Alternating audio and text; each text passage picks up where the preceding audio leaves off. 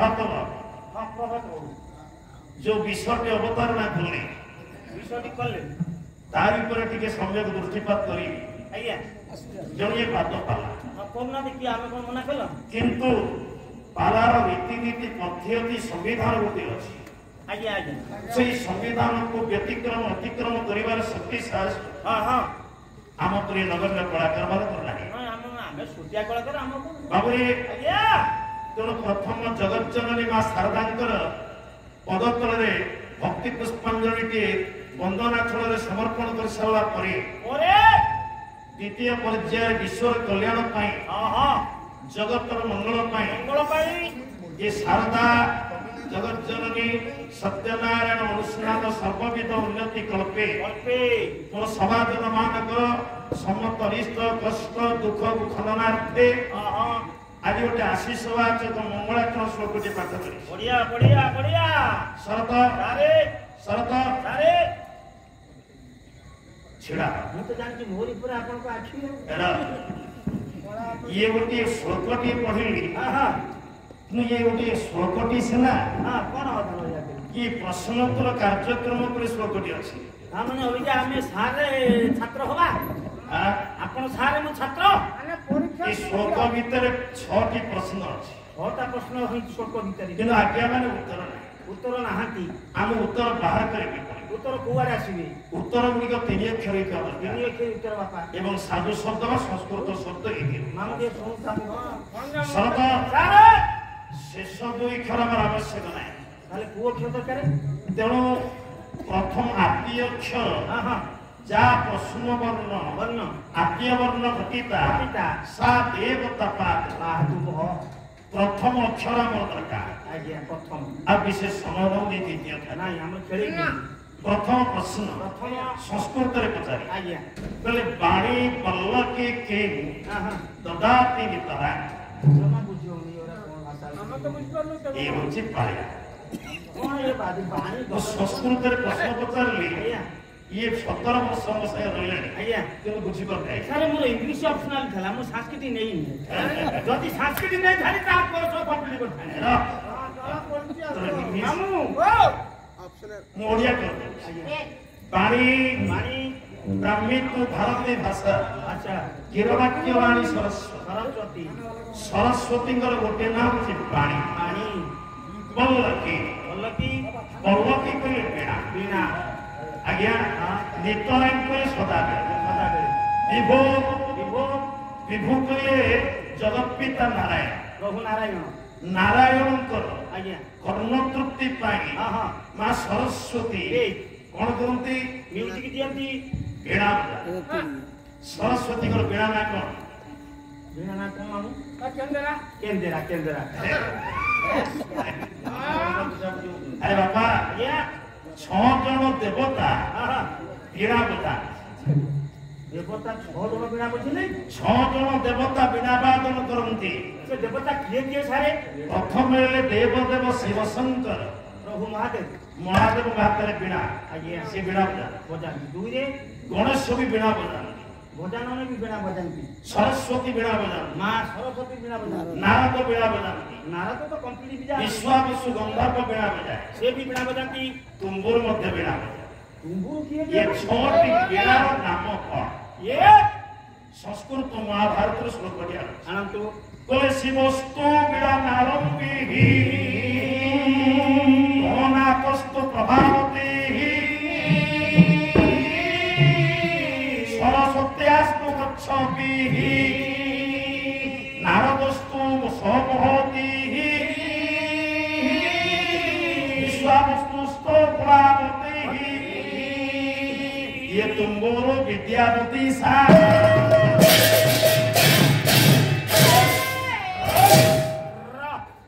शिवंकर बीणार नाम नारंबी एवं गणेश जो बीड़ा बजा तार नाम से बीड़ार नाम होची प्रभावती सरस्वती जो बीड़ा बजा ताको नाम से बीड़ार नाम होची कच्छपी बीड़ा एवं आपण नारद जो बीड़ा बजा आज्ञा ताको नाम से बीड़ा नाम होची महत महत पोरे आज्ञा तबे सरस्वती ନାରାୟଣଙ୍କ କାନ ପାଖରେ ବସି ତାଙ୍କ ଡ୍ୟୁଟି ହେଲା ବୀଣା ବଜେଇବା। ବୀଣା ବଜେଇବା ତାଙ୍କ ଡ୍ୟୁଟି ନ ଜଣା ମିଳିବନି ଆଉ। ବୀଣା ବଜା ଆଜ୍ଞା ସେଟା ବୀଣାର ସ୍ୱରକୁ ପ୍ରଶ୍ନ ଆଜ୍ଞା କଣ କୁହାଯାଏ? ବୀଣାର ସ୍ୱରକୁ ଗୋଟେ କଣ କହନ୍ତି ବା? ପଚାରୁଛି ମାନେ କଣ କହନ୍ତି କହ? ବୀଣାର ସ୍ୱର କଣ କହନ୍ତି? ତାର ମନେ ନାହିଁ। ମୋର ମନେ ନାହିଁ ସାର୍, ମୁଁ ସେ କୋର୍ସ ପଢିକି ମନେ ପଡୁନି, ମୁଁ କଣ କରିବି? ମନେ ନାହିଁ ନା ଆଉ ଝାଞ୍ଜ ଧରିକି ଆଉ ଆସେ ନାହିଁ। ତାହେଲେ କଣ ଆଣି ଆସିବି? ଏଥର ଚୁଙ୍ଗାରି ପୋଷା ଶୋଇବୁ। ଆଜ୍ଞା ପରେ ନାଇଁ ଶୋଇଲେ ଯଦି ପଇସା ମିଳିବ ମୋର ପଶ୍ଚିମ ଓଡ଼ିଶାର କବି କବି ଆଜ୍ଞା ଆଜ୍ଞା ସଭାପତି ଗଙ୍ଗାଧର ମେହେର ହେ ପୁଅ ତାଙ୍କରି ତପସ୍ୱିନୀ କାବ୍ୟରୁ ଗୋଟେ ପଦ ଉଦ୍ଧାର କରୁଛି। ଆଜ୍ଞା ତା ଦେହରେ ଆମ ଉତ୍ତର ମିଳିଯିବ। ଆଜ୍ଞା ବୀଣାର ସ୍ୱର ସ୍ୱରକୁ କଣ କୁହାଯାଏ? କଣ କୁହାଯାଏ? ପରେ ଗୋଟିଏ ପଦ ଆଣନ୍ତୁ କହିଲେ ମୁନି ମୁଖ ବେଦ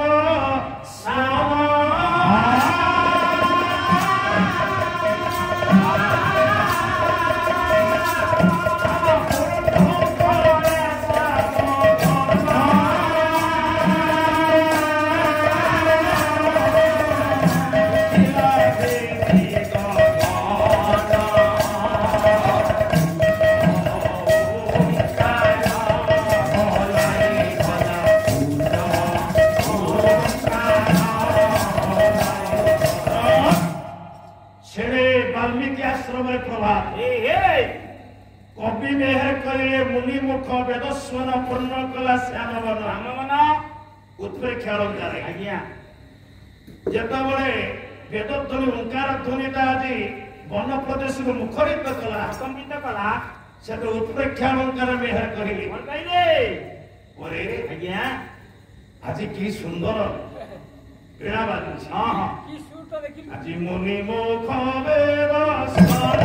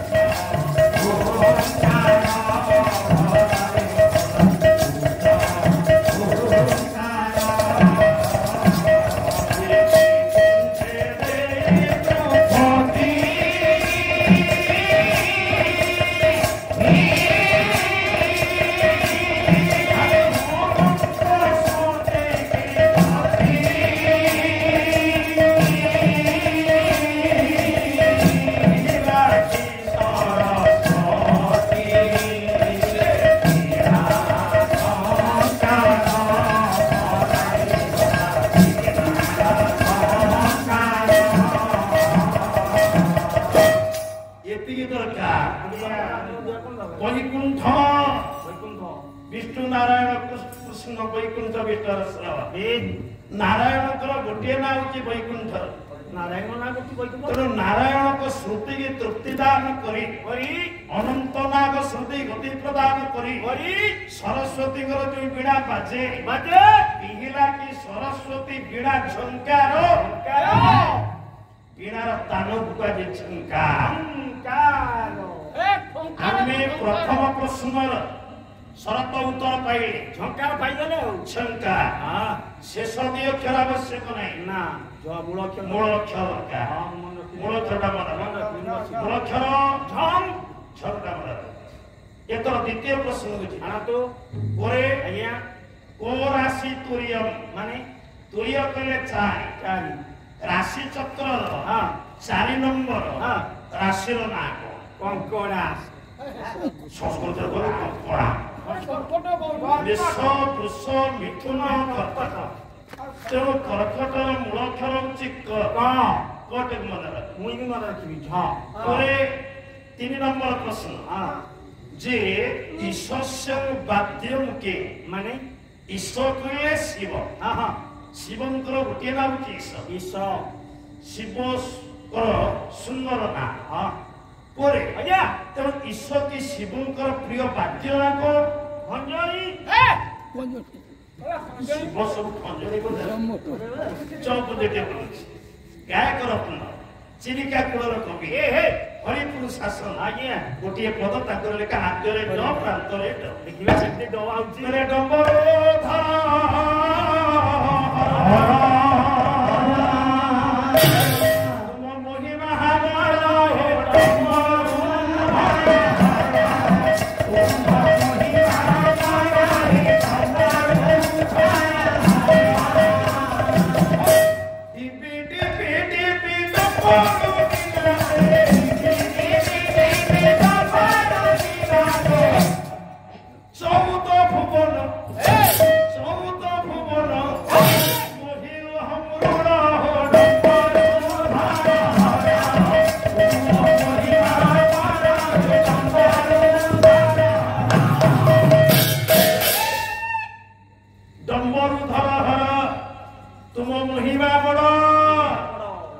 ଶିବ ଡମ୍ବରୁ ଧାରଣ କରନ୍ତି ଡମ୍ବରୁ ବାଦନ କରନ୍ତି ତେଣୁ ବିଶ୍ୱସ୍ୟ ଶିବଙ୍କର ପ୍ରିୟ ବାଦ୍ୟ ହଉଛି ଡମ୍ବରୁ ଡମ୍ବର ଅକ୍ଷର ଡଟା ମନେ ଆଜ୍ଞା ଆମେ 3ଟି ପ୍ରଶ୍ନ ପାଇଲୁ 4 ନମ୍ବର ପ୍ରଶ୍ନ ଯିବା କୋ ରକ୍ଷିୟତି ହି ଖୌଣି ଜହ ମାନେ ଖୌଣି କଲେ ପୃଥିବୀ ପୃଥିବୀର ଜନ୍ମ ଗଛ লতা গুল্ম তৃণ সমগ্র প্রাণী জগত কাপে বঞ্চিছে প্রশ্ন বঞ্চিছে কা আজ্ঞা বর্ষা ভাই নাই না বর্ষা বর্ষা পাই বঞ্চিছে পানি নবিলে কোন হবে না আজ্ঞা ফাটি দিব গছ বর্ষা নহলে আজ্ঞা জীবন বঞ্চিব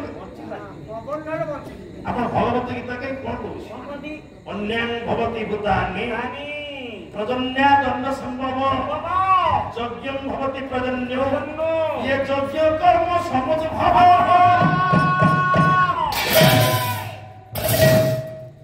ଯଜ୍ଞର ମୂଳ କାରଣ ହଉଛି ବର୍ଷା ହବା ପାଇଁ ଯଜ୍ଞ କରାଯାଏ ଆଗ କାଳରେ ଋଷି ମାନେ କେବଳ ବର୍ଷା ପାଇଁ ହିଁ ଯଜ୍ଞ କରୁଥିଲେ କାହିଁକି যজ্ঞ করে কেই মুক্তি পাইনি মুখ্য পাইনি আপন যে ভগবত গীতা বিশ্বাস করুন্তি আপনার ভগবত গীতার ভগবান অর্জুন সেদিন কহিলে বন্যম ভবন্তি ভূতানি ये जीव जगत भूत की प्राणी जगत अन्य बचिଛନ୍ତି अन्य ଅର୍ଥ ହାତ ହାତ ପ୍ରସାଦ ନାଇଁ ପ୍ରାଣୀର ଆମ ଅନ୍ନ ଆମ ଭାତ ହେଇପାରେ কিন্তু ଗୋଟେ ସିଂହର ଅନ୍ନ କଣ ମାଂସ ମାଂସ ଗୋଟେ ମୃଗର ଅନ୍ନ କଣ ଘାସ ଘାସ ତେଣୁ ଖାଦ୍ୟକୁ ଅନ୍ନ କୁହାଯାଏ ଅନ୍ୟ ଭବତି ଭୂତାନି ଆଚ୍ଛା ଖାଦ୍ୟରୁ କେମିତି ଜୀବ ଜଗତ ସୃଷ୍ଟି ଆଜ୍ଞା କେମିତି ଆଜ୍ଞା ତାର ଆଧ୍ୟାତ୍ମିକ ତତ୍ତ୍ୱକୁ ଯଦି ଆମେ ଭିତରକୁ ନେଇ ଆସିବା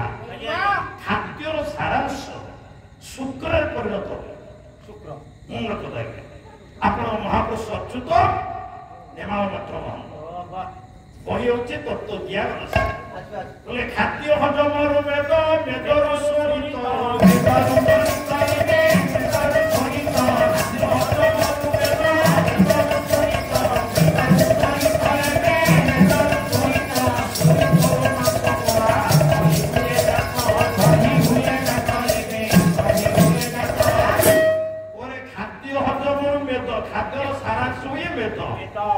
মেদর সারাংশ রক্ত রক্তর সারাংশ মাংস মাংসর সারাংশ অস্থি অস্থির সারাংশ অস্থি ভিতরে যে মজ্জা মজ্জার সারাংশ হচ্ছে পণ্ডিতে ব্রহ্ম পুরুষর এত ব্রহ্ম হচ্ছে আজ্ঞা মজ্জার সৃষ্টি মজ্জার আপনার মেডিকাল সাইন্স কয়ে যদি গোটে লোক 40 কেজি খাদ্য খাইব আজ্ঞা 10 বিন্দু ব্রহ্ম তৈরি হব আজ্ঞা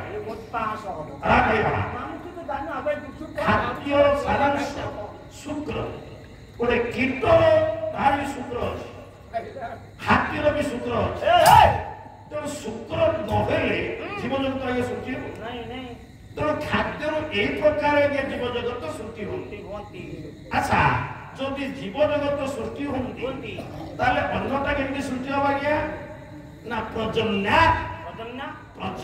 ବର୍ଷା ବର୍ଷା ନହେଲେ ଗଛ ପତ୍ର ସୃଷ୍ଟି ହବନି ବାଘଟା ମାଂସ ଖାଉଛି, ସିଂହଟା ମାଂସ ଖାଉଛି, କିନ୍ତୁ ମୃଗ ଘାସ ଖାଇଲେ ସିନା ମୃଗ ସେ ଖାଇବ। ଆଜ୍ଞା, ତେଣୁ ପ୍ରକାରାନ୍ତରେ ଆଜ୍ଞା ସମସ୍ତ ଜୀବ ଜଗତ ଗଛ ଉପରେ ନିର୍ଭର କରେ। ଗଛ ବଞ୍ଚିଲେ ଜଗତ ବଞ୍ଚିବ। ଆଜି ପୃଥିବୀର ଯଦି ପ୍ରଦୂଷଣ ହେଇଥାଏ ତାହା ହଉଛି ଜଙ୍ଗଲ ନଷ୍ଟ ହବା। ତେଣୁ ସେଥିପାଇଁ ରାଧାନାଥ ମଧୁସୂଦନ ବାବୁ କହିଲେ ମୋର ସାକାଳ ଗୋଟେ ମଙ୍ଗଳକାରୀ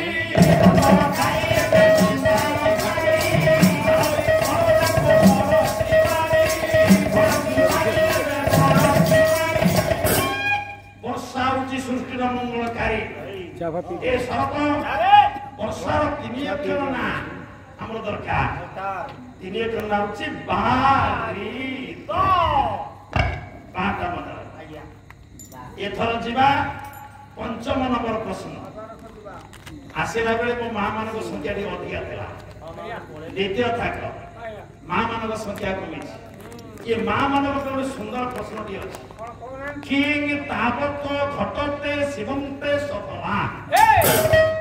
ବିବାହିତା ନାରୀ ପତିବ୍ରତା ନାରୀ ମସ୍ତକରେ କଣ ପିନ୍ଧିଲେ ସ୍ୱାପା? ପତିବ୍ରତାର ଚିହ୍ନ କଣ? ହଁ ବା ଥରେ ଟିକିଲିଟା ବି ଇଟିଲି ବୁଝାଏ। ହଁ ସେଇ ଟିକିଲି ଛଡେଇକିରି ଗଛ ଆଗରେ ଭାବି ଦେବେ। ବିବାହିତା ମା ଗୋଟେ ବିବାହିତା ବୋହୂ ମା ମାନେ ମନ୍ଦିରରେ ଯଦି ଟିକିଲି ନାଇବ ସେ ପତିବ୍ରତାର ଚିହ୍ନ। ଆଜ୍ଞା ଅତି ସୁନ୍ଦର। ଆଜ୍ଞା ହରିଦାସ କଣ କହିଲେ? ମଥାରୁ ପଛିବେ ଲକ୍ଷ୍ମୀ ସିନ୍ଦୁର, ମଥାରୁ ପଛିବେ ଲକ୍ଷ୍ମୀ ସିନ୍ଦୁର, ମଥାରୁ ପଛିବେ ଲକ୍ଷ୍ମୀ ସିନ୍ଦୁର, ମଥାରୁ ପଛିବେ ଲକ୍ଷ୍ମୀ ସିନ୍ଦୁର, ସେ ଭୋକରେ କାଟିବେ ଚୂଳ, ଭୋକରେ କାଟିବେ ଚୂଳ। ଆମେ ସମସ୍ତେ ପାଶ୍ଚାତ୍ୟମୁଖୀ ହେଇଗଲେଣି। ଆମ ସଂସ୍କୃତି ଆମେ ପାଶୋରି ସାରିଲେଣି। ମା ମାନଙ୍କୁ ସହଜ ହଉଛି ଟିକିଲିଟେ ମୁଣ୍ଡରେ ମାରିବା। କିନ୍ତୁ ନାଇଲ ମା ଆପଣଙ୍କର କର୍ମକାଣ୍ଡ କହେ ଗୋଟିଏ ମା ଯଦି ଲକ୍ଷ ଲକ୍ଷ ଟଙ୍କାର ହୀରା ହୀରା ମୋତି ମାଣିକ ସୁନାର ଅଳଙ୍କାର ମୁଣ୍ଡଳି ହେଇଥାଏ, କିନ୍ତୁ ତା ମୁଣ୍ଡରେ ଯଦି ସିନ୍ଦୁର ଟୋପାଏ ନଥାଏ କଣ ହବ? କଣ ଭାଇ ଆଜ୍ଞା ସେ ଅଳଙ୍କାର କିଛି ମୂଲ୍ୟ ଅଛି? ତେଣୁ କର୍ମକାଣ୍ଡ କହୁଛି ବ୍ରାହ୍ମଣଙ୍କର କର୍ମକାଣ୍ଡ। କହିଲେ ଶିର ଭୂଷଣ ସିନ୍ଦୁର ଆୟୁ ବିବର୍ଦ୍ଧକ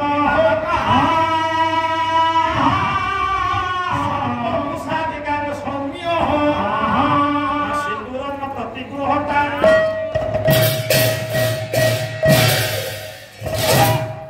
ଯଦି ଗୋଟେ ବିବାହିତ ନାରୀ ମା ମନେ ରଖ ଗୋଟିଏ ଦିନ ସେ ସିନ୍ଦୁର ପିନ୍ଧିବନି। କର୍ମକାଣ୍ଡ କହେ ସ୍ୱାମୀର ଆୟୁଷ ଗୋଟାଏ ଦିନ କମିବ ନିଶ୍ଚିତ ଭାବରେ। ତେଣୁ ସ୍ୱାମୀର ଆୟୁକୁ ପରିବର୍ତ୍ତନ କରେ ସିନ୍ଦୁର। ପୁଣି ସିନ୍ଦୁର ସୁନ୍ଦର କର୍ମରୁ ସିନ୍ଦୁର ମୁଁ ଯାହା ବୁଝିଛି ଯେମିତି ଗୋଟେ ବାବାଜୀ ଗୋଟେ ଚିତା ନାଇଁ ଚିତା କାଇଁ ନାହିଁ କଣ ଦେଖିବ ନାଇଁ ଚେତନା। ଚିତାଟା ହଉଛି ଚେତନା। ମୁଁ ଜଣେ ସାଧୁ, ମୁଁ ଜଣେ ସନ୍ନ୍ୟାସୀ, এই চেতাକୁ ରଖିବା ପାଇଁ ଆମେ ଟିକେ ଚିତା। ଗୋଟିଏ ବିବାହିତା ନାରୀ ସୁନ୍ଦର ଶବ୍ଦରୁ ସିନ୍ଦୁର ଶବ୍ଦର ଉତ୍ପତ୍ତି। ଯେତେବେଳେ ସିନ୍ଦୁର ଟୋପାଏ ମାରିବ ସେତେବେଳେ ସେ ଆତ୍ମଶପଥ ସେଇ ଦିନକ ପାଇଁ ନବ। ଆଜି ଦିନକ ପାଇଁ ମୋ କାମଟା ସୁନ୍ଦର ହବ, ମୋ ଭାଷାଟା ସୁନ୍ଦର ହବ, ମତେ ସମସ୍ତେ ସୁନ୍ଦର କହନ୍ତୁ। ମୁଁ ସୁନ୍ଦର କୋଉ କୁଳ ବହୁଟିଏ ହୁଏ ମତେ ସୁନ୍ଦର ବୋଲି ସମସ୍ତେ କୁହନ୍ତୁ। ଅସୁନ୍ଦର ହିନ୍ଦୁ ନାରୀ କରେ ନା ବୋଲି ତା ମୁଣ୍ଡରେ ସଭା ପାଏ ସିନ୍ଦୁର ବିନ୍ଦୁରେ।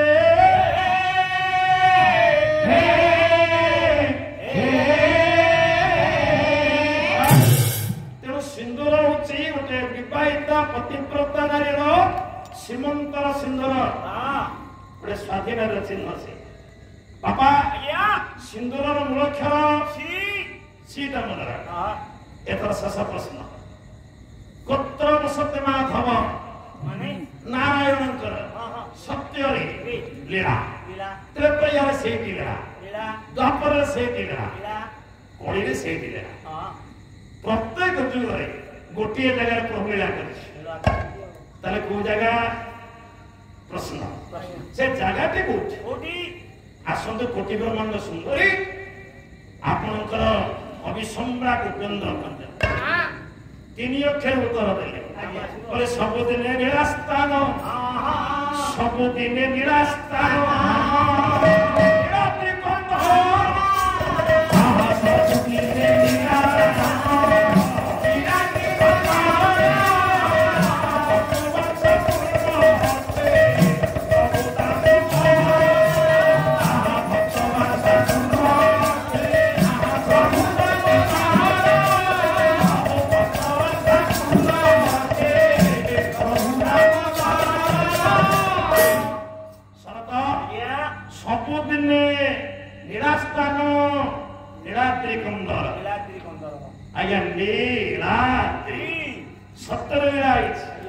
प्रहलाद ऋषि दर्शन से करते रामचंद्र सीता लक्ष्मण से नीलाद्री की थर आसते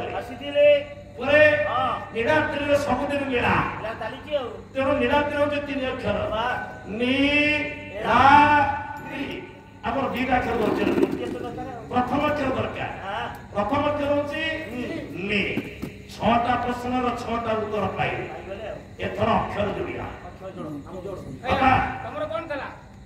उठ मोर प्रथम अक्षर थिला झंग क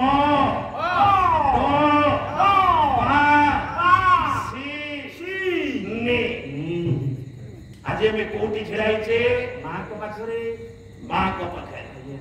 का उद्देश्य रे पाला होछे मां को उद्देश्य रे मां का उद्देश्य प्रथम पुरारोपण रजनी रे आमे जदि मां कथा न कहि अन्य आड़े घुरिबा एथु जानु पाथ बादी पालको केते गायक सुरक्ष चावला कथा होची जो पिठ बसिबो सेही मां को कथा सेही प्रभु कथा स्थान काल पात्र प्रथमे गायक विचार करियो स्थान कोन काल कोन पात्र कोन आ परे जे पाला झाला को पसिबो मु कहि जे देवता शारदा को देवता नहीं आज्ञा देवी मु कहि देली के देवता भूली गला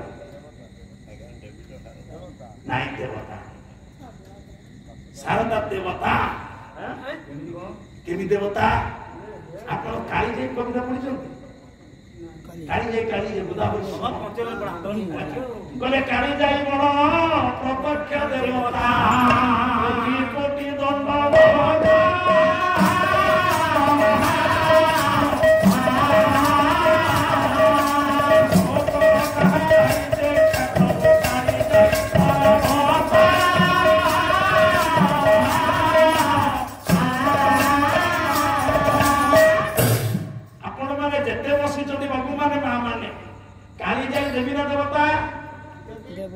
दंड देवी किंतु गोदावरी से लिखिले काली जाई बड़ प्रत्यक्ष देवता आज्ञा ताले देवता हला आ गुडे उदाहरण परे स्वर्ग गंगाधर मेहर बयम चित्रणय बंदर सेदिन बाबाजी कर्ण निज झियो को बुझेले कोन कोतिले सासु को चरण से मुठी मुनीति गृह देवता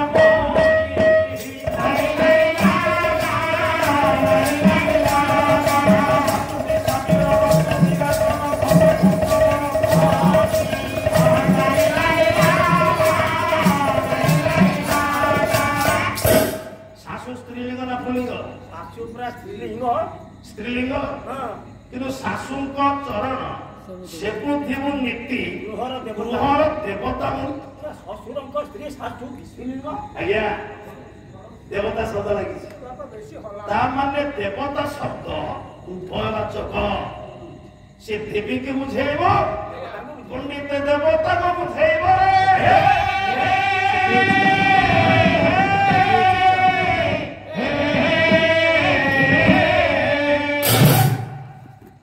एक प्रश्न उठेब प्रश्न मीमांसा करी अवहेला देवी आज से पीठ देवी झंगड़वासिनी ଭଗବତୀ ଶାରଦା ମନ୍ଦିର ବିଦ୍ୟମାନ ହେଇଛନ୍ତି। ଆରେ ବହୁ ବର୍ଷ ତଳେ ଆସିଥିଲି, ମନ୍ଦିର ଅଧବ ଫୁଲ ହେଇଥିଲା, ଅଧ ତିଆରି ହେଇଥିଲା। ଆଜ୍ଞା ମା ଗୋଟେ ଅବ୍ୟବସ୍ଥା ଭିତରେ ଥିଲେ। ଯାହା ହଉ ଆଜି ଖୁସି ଲାଗୁଛି, ଉଦ୍ୟୋଗୀ କର୍ମକର୍ତ୍ତା ମାନଙ୍କ ଏତେ ତତ୍ପରତା ଭିତରେ ମନ୍ଦିର ତିଆରି